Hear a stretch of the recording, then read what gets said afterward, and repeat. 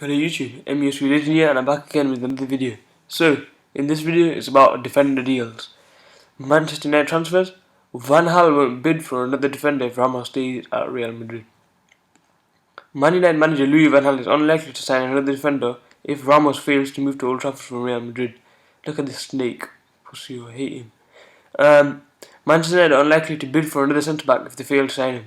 United offered to swap De Gea for Ramos. However, Real Madrid were only prepared to negotiate the deal separately and have not offered the 33 million that United want.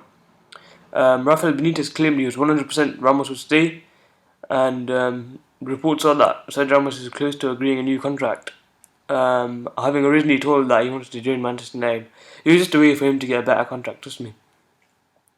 Van Gaal has no interest in Valencia defender Nicolas Otamendi, and United are proud that they are the fourth best defensive record in the Premier League. Smalling, Jones, Rojo, Evans, Blind are 5 senior centre-backs available to Van Gaal, while Carrick also played in defence, and youngsters McNair and Blackett played in the back four last season. This name needs to get off the list. Johnny Evans needs to be sold.